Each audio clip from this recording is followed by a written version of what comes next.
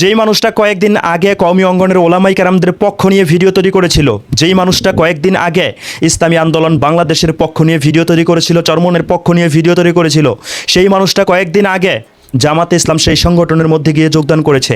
যোগদান করার পর থেকে কওমি অঙ্গনের ওলামাই কেরামদের বিপক্ষে ভিডিও তৈরি করছে, কথা বলছে, চরমনের বিপক্ষে ভিডিও তৈরি করছে, কথা বলছে।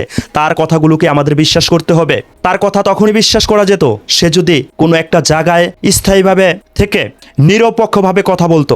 সে তো নিরপেক্ষভাবে কথা বলছে না, আগেও বলেনি, এখনও বলছে না, আর ভবিষ্যতেও সে নিরপেক্ষভাবে কথা বলবে না। আর তার কথাগুলোকে আমাদের সত্য বলে গ্রহণ করতে হবে, আমি এটা বিশ্বাস করি না। এই ভিডিওটি একটু ভালোভাবে লক্ষ্য করে দেখুন। মুফতি ইউসুফ মাহমুদি সাহেব একটা অভিযোগ তুলেছে, জামাতে ইসলামে নাকি কওমি অঙ্গন থেকে বড় বড় ওলামাই কেরাম আছে। সে বলেছে এটাকে আমাদের বিশ্বাস করতে হবে।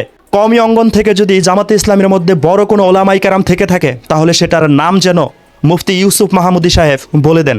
আমরা সেটা জানতে চাই, জামাতে ইসলামের মধ্যে কওমি অঙ্গন থেকে কত বড় আলেম আছে, তার নামটা কি, সেটা আমরা জানতে চাই। আসুন আগে ভিডিওটা দেখি, কথাগুলো শুনি। এই জামাত ইসলামে যোগ দিলাম অগস্টের 27 তারিখ, আজ থেকে প্রায় 6 মাস প্লাস মাইনাস। এরপরে আমি বিভিন্ন অনুষ্ঠানে যোগ দেওয়ার পর আমি দেখলাম যে আমাদের কওমিতেও তো বহুত আলেম এমন আছে যে ইবারত পড়তে পারছে না। আবার এখানেও তো আচ্ছা, কওমিতে কোন ওলামাই কেরাম আছে? আপনি বহুত বলেছেন, কোন ওলামাই কেরাম আছে এবারত পড়তে পারে না? আপনি কেন তার নাম বলে দিলেন না? আপনি কেন সেই পাট খেতে ঢেল ছুঁড়ে দেওয়ার মতো ঢেল ছুঁড়েছেন? যেন যে কোনো একটা গাছের মধ্যে গিয়ে তো ঠিকই লাগবে, সেটা করলে তো হবে না। আপনি নাম ধরে বলুন কে এবারত পড়তে পারে না। আপনি জামাতে ইসলাম সেই সংগঠনের মধ্যে যোগদান করে এখন কওমি অঙ্গনের মধ্যে বিভ্রান্ত ঝামেলা লাগানোর চেষ্টা করছেন, কওমি অঙ্গনের ওলামাই কেরামদেরকে ছোট করে কথা বলার চেষ্টা করছেন। এটা আপনার কাছে আমরা কখনো আশা করিনি। বহু আলেম এমন আছে যারা আমাদের কওমিতে চেয়ে অনেক বড় আলেম, হয়তো সংখ্যায় প্লাস মাইনাস একটু কম হইতেই পারে, যেহেতু কওমির মধ্যে শিক্ষা ব্যবস্থা বেশি এবং আবাসিক ব্যবস্থা আমরা। আপনি শুনেছেন জামাতে ইসলামের মধ্যে কওমির থেকে অনেকে বড় আলেম আছে। আমি এই কথাটা আবারও বলবো, মুফতি ইউসুফ মাহমুদি সাহেব, আপনি কওমি অঙ্গন থেকে বড় আলেম আছে জামাতে ইসলাম সেই সংগঠনের মধ্যে, এটা দয়া করে জানিয়ে দেবেন সেই আলেমের নামটা কি। আমরা জানতে চাই, আমরা দেখতে চাই সে কত বড় আলেম। সে কত বড় আলেম হওয়ার কারণে আপনি তাকে কওমি অঙ্গনের থেকেও সবচাইতে বড় আলেম বলে আখ্যায়িত করেছেন। আমরা এটা দেখতে চাই, জানতে চাই। ভিত্তিহীনভাবে কথা বললে সেই কথা কোনোভাবেই গ্রহণযোগ্যতা পায় না বেশি এবং রুলিং আপনার রুলসটা খুব মজবুত হইতেই পারে, কিন্তু আমরা দূরে সরে গেলাম কেন?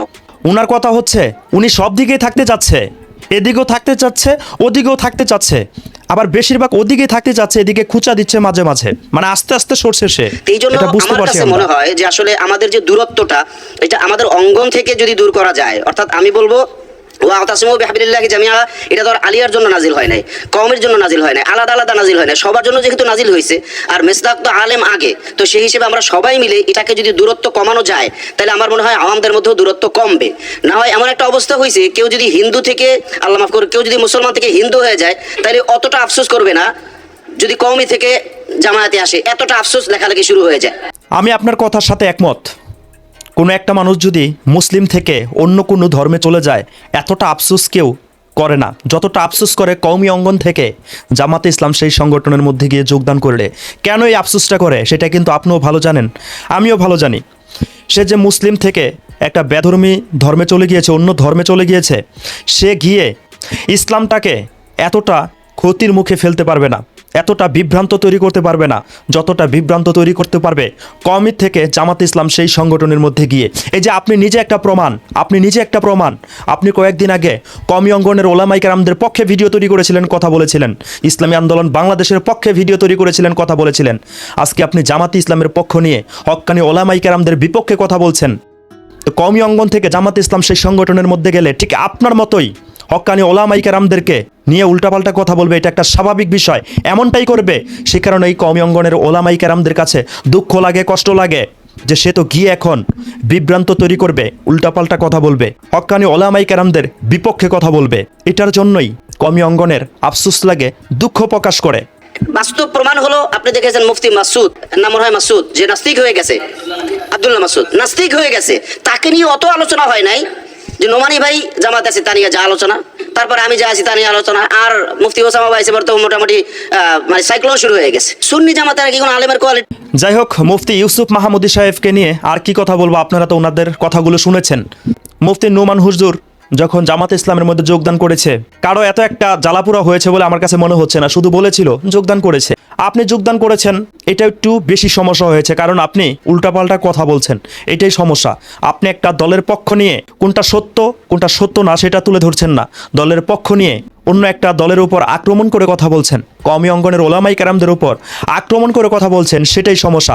আপনি না, কওমি অঙ্গন থেকে যদি আরও হাজার হাজার ওলামাই কেরাম গিয়ে আপনাদের সেই জামাতে ইসলাম সংগঠনের মধ্যে গিয়ে যোগদান করে, তাতে কিচ্ছু আসবেও না, যাবেও না। কারণ ইতিহাস আমাদের জানা আছে, ইবলিস তার মতো বড় আমলওয়ালা, আলেম, আমলদার কেউ ছিল না।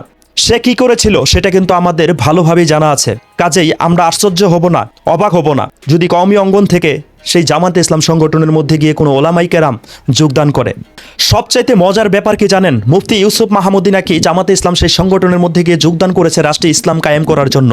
সে একজন মুফতি হয়ে, একজন আলেম হয়ে সে অনুসরণ করছে একজন ডক্টরকে। যে ডক্টর সাহেবের, সে যে আলেম, সেটার কোনো সার্টিফিকেট নাই। সে যে ইসলামী শিক্ষায় শিক্ষিত হয়েছে সেটার কোনো দলিল নাই। সে কোনো আলেমই না, সে একজন আলেম হয়ে একজন ডক্টরের অনুসরণ করছে, সে নাকি আবার রাষ্ট্রে ইসলাম কায়েম করবে।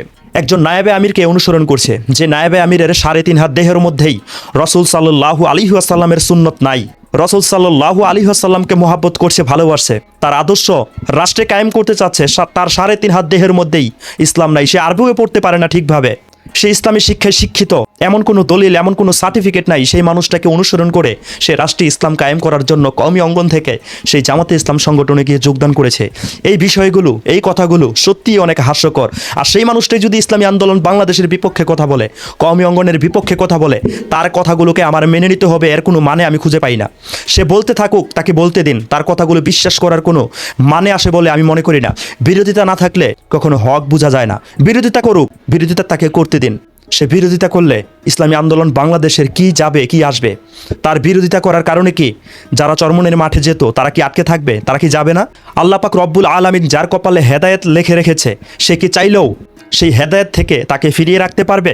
একটা মানুষের কপালে আল্লাহ পাক রব্বুল আলামিন হেদায়েত লিখে রেখেছে, সে মাথায় টুপি পরবে, সে চোয়ালে দাড়ি রাখবে, সে আল্লাহর কুদরতি পায়ে সেজদা করবে, সে কি চাইলেও তাকে বাধা দিয়ে আটকিয়ে রাখতে পারবে? পারবে না। সে সমালোচনা করছে, ভিডিও তৈরি করছে, উল্টাপাল্টা কথা বলছে, মিথ্যা প্রচার করছে। তাদেরকে যারা ভালোবাসে, তাদের যারা অন্ধভক্ত, তারাই সেই ভিডিওগুলোকে শেয়ার করবে। তাদের কাছে ভালো লাগবে ইসলামী আন্দোলন বাংলাদেশের বিপক্ষে কথা বলেছে, তাতে আমাদের কি হয়েছে? তার কথা শুনে কি আমরা তাদের অনুসরণ হয়ে যাব? তাদেরকে অনুসরণ করতে থাকবো? না, তাদের কথা শুনে আমরা অনুসরণ করব না। আগেও করিনি, যদি করতাম আগে থেকে অনুসরণ করতাম। আমরা কাছে গিয়েছি, দেখেছি, আর বর্তমানেও দেখতে পাচ্ছি কে কোন অবস্থানে আছে।